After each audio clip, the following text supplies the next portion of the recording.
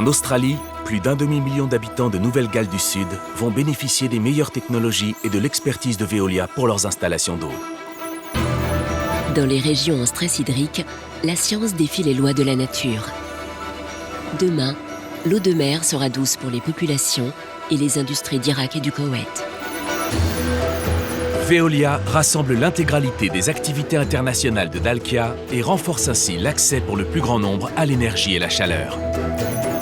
C'est unique en Europe. Pécs, ville hongroise de 150 000 habitants, se chauffe et produit son électricité grâce à la mise en service d'une centrale de cogénération fonctionnant uniquement avec de la paille et du bois. En Asie comme en Europe, les leaders de l'industrie ont besoin de solutions exemplaires pour le traitement et le recyclage de l'eau ou l'optimisation de leurs performances économiques et environnementales.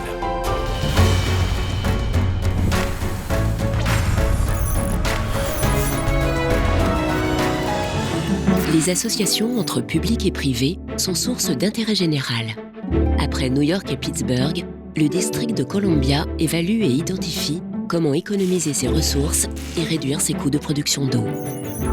À l'exemple de Lyon, Prague ou Shanghai, les villes deviennent de plus en plus intelligentes. Elles sont maintenant capables d'exploiter les données de leurs différents flux en temps réel pour éviter le gaspillage des ressources. La municipalité de Las Condes, l'un des quartiers les plus denses et les plus emblématiques de la capitale chilienne, confie à Veolia la collecte et le traitement de ses déchets ménagers. Et pour la première fois au Japon, Veolia se voit confier un contrat de délégation pour l'ensemble des services d'eau. Dans les secteurs industriels d'avenir, l'excellence est devenue le principal moteur de croissance. Pour optimiser, exploiter et entretenir l'usine de traitement des eaux de sa mine d'or du Ghana, AngloGold Ashanti a naturellement choisi le partenaire capable de lui apporter le meilleur savoir-faire opérationnel. Dans les installations ultra sécurisées d'Ellesmere Port et de Port Arthur, les produits chimiques dangereux sont détruits selon les plus hauts standards de protection environnementale.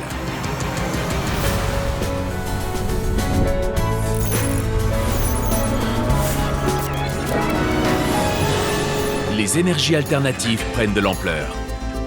Au Canada, la centrale de Merritt valorisera plus de 300 000 tonnes de biomasse par an, ce qui la placera parmi les plus importantes du continent nord-américain.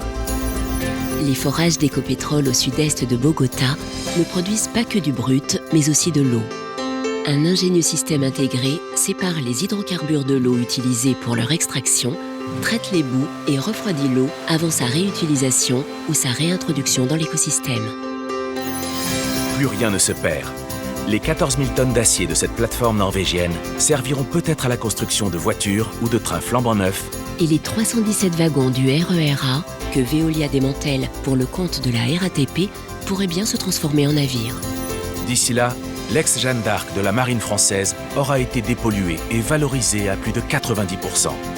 Les 9 000 tonnes d'acier récupérées pourront servir à la construction d'une nouvelle plateforme offshore ou à toute autre chose. L'économie circulaire est en plein essor. Castorama l'a parfaitement compris. Plutôt que de jeter les déchets de bois et de plastique de ses magasins, il est beaucoup plus valorisant de les transformer en plan de travail design. Au Plessis-Gassot, près de Paris, ce sont les déchets non recyclables qui sont transformés en chaleur et en électricité. Les communes et citoyens locaux sont ainsi devenus leurs propres fournisseurs d'énergie. Plus besoin de manipuler les déchets pour les valoriser. Une vraie révolution rendue possible grâce à 2 innovations. Le tri séquentiel auto-adaptatif et le tri téléopéré. Ces moyens de traitement ultra performants ouvrent de nouvelles voies au recyclage qualitatif et à la création de ressources.